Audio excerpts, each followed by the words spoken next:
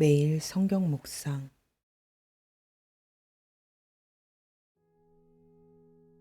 에바다, 열려라. 오늘 말씀은 마가복음 7장 31절에서 37절 말씀입니다. 예수께서 다시 두로 지방에서 나와 시돈을 지나고 데가볼리 지방을 통과하여 갈릴리 호수에 이르시매 사람들이 귀먹고 말 더듬는 자를 데리고 예수께 나와 안수하여 주시기를 간구하거늘 예수께서 그 사람을 따로 데리고 무리를 떠나사 손가락을 그의 양 귀에 넣고 침을 뱉어 그의 혀에 손을 대시며 하늘을 우러러 탄식하시며 그에게 이르시되 에바다 하시니 이는 열리라는 뜻이라. 그의 귀가 열리고 혀가 맺힌 것이 곧 풀려 말이 분명하여졌더라. 예수께서 그들에게 경고하사 아무에게도 이르지 말라 하시되 경고하실수록 그들이 더욱 널리 전파하니 사람들이 심히 놀라 이르되 그가 모든 것을 잘하였도다. 못 듣는 사람도 듣게 하고 말 못하는 사람도 말하게 한다 하니라. 본문 31절. 예수께서 다시 두로 지방에서 나와 시돈을 지나고 데가볼리 지방을 통과하여 갈릴리 호수에 이르시매 이 본문을 읽으면 마치 예수께서 두로 지방을 나와서 시돈 지방을 지나서 데가볼리 지역을 관통하여 다시 유대인 지역인 갈릴리 서편 쪽으로 와서 이 기적을 행하신 것처럼 그렇게 생각이 됩니다. 그러나 헬라어 원어를 보면 데가볼리 지방을 통과하다 이것은 통과한 것이 아닌 정가운데를 의미하는 말입니다. 예수께서 청각장애와 언어장애를 가지고 있는 사람을 고치신 것은 데가볼리 지역 한가운데 있는 갈릴리 호수 동편 이방인 지역에서 일어난 사건입니다. 예수께서는 이방인 지역에서도 유대인 지역에서와 마찬가지로 사람들을 고치시고 귀신을 쫓아내시며 능력을 행하셨습니다. 예수께서 갈릴리 호수가 있는 곳으로 오시자마자 사람들이 듣는 것과 말하는 것에 장애를 가지고 있는 사람을 예수님께로 데려왔습니다. 예수께서 그에게 안수하여 주시기를 간구했다 라는 표현은 그를 안수하여 고쳐주시기를 원했다는 이야기입니다. 예수께서는 그를 무리에서 따로 데리고 나오십니다. 그리고는 손가락을 그의 양 귀에 넣고 침을 뱉고 그의 혀에 손을 대십니다. 당시 그리스 로마 사회와 유대 문화 안에서는 사람의 침이 치유의 능력이 있는 것으로 간주되었습니다. 마가복음 8장 22절에서 26절, 요한복음 9장 1절에서부터 7절 말씀에서도 예수께서는 병자를 치유하시는데 침을 이용하십니다. 갈라디아서 4장 14절에는 침이 귀신을 쫓아내는 것과 병을 치유하는 능력을 가진 것으로 그렇게 언급되고 있습니다. 예수님께서 이 사람을 고치실 때 침을 사용한 것은 아마도 이 사람이 이것에 대한 믿음이 있지 않았을까 추측해 볼 수 있습니다. 왜냐하면 이전의 치유 기사들에서도 예수께서는 자신에게 나아오는 사람들의 믿음대로 반응하셨고 고쳐주셨기 때문입니다. 예수께서는 그의 혀에 손을 대신 후에 하늘을 우러러 탄식하셨습니다.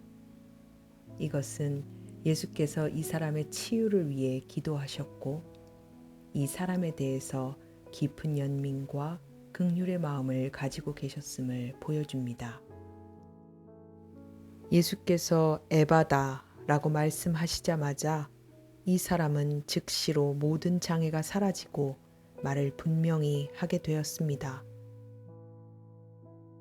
병자를 데려온 사람들의 간구에 주님은 치유로 응답하셨습니다. 그리고 이전에도 그러하셨듯이 이 사람에게 자신이 고침 받은 것을 아무에게도 알리지 말라고 명령하셨습니다. 그러나 그러면 그럴수록 예수님이 하신 일들은 더 많은 사람들에게 퍼져나갔습니다. 그리고 그 일을 보고 들은 사람들은 예수님에 대해 놀라며 칭찬하였습니다. 예수께서 하신 일은 등잔 위에 등불같이 숨길 수 없는 것들이었습니다. 오늘 본문의 치유 기사는 공간 복음서에 언급된 예수께서 사람을 치유하시는 기사 중에서 가장 많은 행동을 포함하고 있습니다. 말 한마디면 이 사람을 고치시는데 전혀 문제가 없으신 예수께서 이 사람을 고치기 위해서는 여러 가지 행동들을 하십니다. 예수께서 그저 말씀으로만 하지 않으시고 왜 이 사람을 무리에게서 따로 데리고 나가셨는지, 왜 귀에 손가락을 넣으셨으며 침을 뱉으셨는지에 대해서 성경이 밝히고 있는 바가 없기 때문에 이 행위들에 대한 정확한 이유는 우리가 알 수는 없습니다. 그러나 예수께서 이 사람을 고치시기 위해서 하신 행동들이었다는 것은 분명합니다. 우리는 때때로 삶의 어려움이 지속될 때 주님이 이를 왜 이렇게까지 하시나 라는 생각을 하곤 합니다. 전능하신 하나님께서 그냥 말 한마디면, 아니 그분이 원하시기만 한다면 단번에 해결될 일을 왜 이렇게 일을 복잡하게 만드시면서까지 나를 괴롭히실까 이해할 수 없다고 여길 때가 종종 있는 것 같습니다. 그리고는 내 생각대로 단번에 움직여 주시지 않는 주님 때문에 그것이 서운해서 걸려 넘어지곤 합니다. 그러나 오늘 본문을 보면 주님께서는 모든 사람에게 같은 방식으로 일하지 않으셨습니다. 자신에게 나아오는 사람의 믿음대로 일하실 때도 있었고, 믿음이 없는 사람은 그 사람을 데리고 나아온 사람들의 믿음을 보시고 일할 때도 있었고, 믿음과 상관없이 그 사람을 불쌍히 여기셔서 고치신 때도 있었습니다. 중요한 것은 자기에게 간구하는 모든 사람들을 주님께서는 외면하지 않으셨다는 사실입니다. 그리고 주님의 때에 자신의 자녀에게 가장 알맞는 주님의 방법으로 일하신다는 사실입니다. 우리는 이 점을 잊어서는 안 됩니다. 그분이 우리의 아버지이시며 신랑이시고 친구이자 하나님이시다는 것만 기억한다면 때때로 우리의 생각과 다르게 일들이 흘러간다 해도 그분을 신뢰할 수 있습니다. 우리가 언제나 그분 안에 있다면 그분은 늘 우리를 위해 일하시는 분이십니다. 그리고 언제나 우리에게 가장 알맞은 때와 방법으로 우리를 치료하시는 분이십니다. 내 생각과 다르다고 해서 그분을 오해하지 마십시오. 그분을 오해하게 만드는 사단의 속임수에 넘어가지 마십시오. 주님은 십자가에서 자신의 목숨을 내어놓으시면서까지 당신을 사랑하시는 분이십니다. 주님께서 당신을 향해 일하심은 언제나 옳습니다. 인정하고 받아들이십시오. 이 세상 누구보다도 예수님보다 더 당신을 사랑하시는 분은 없습니다. 사랑하는 하나님, 주님이 내 생각대로 일해 주시지 않는다고 화를 내고 서운해서 등을 돌리고 살아온 시간들이 참으로 많았습니다.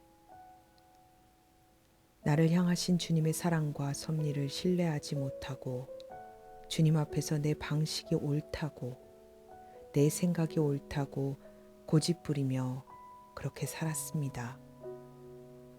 주님께서 내 뜻대로 해주시지 않는다고 분노를 마음에 품고 살았음을 고백합니다. 주님, 용서해 주십시오. 하나님은 언제나 우리보다 더 큰 그림을 보시는 분이십니다. 십자가의 그 사랑으로 우리를 사랑하신 하나님의 사랑을 기억하고 우리로 하여금 서운함 때문에 주님을 오해하거나 주님 앞에 죄를 짓지 않도록 주님 우리를 붙들어 주세요. 지금 당장은 많은 것들을 지나가야 하는 것 같아도 우리를 치료하시고 싸매시기 위한 주님의 필요임을 인정하고 주님을 신뢰할 수 있도록 주님 우리에게 믿음을 주세요. 우리의 마음과 눈이 주님을 향해 애받아 열리게 해 주옵소서. 우리 구주 되신 귀하신 예수님의 이름으로 간절히 기도합니다. 아멘.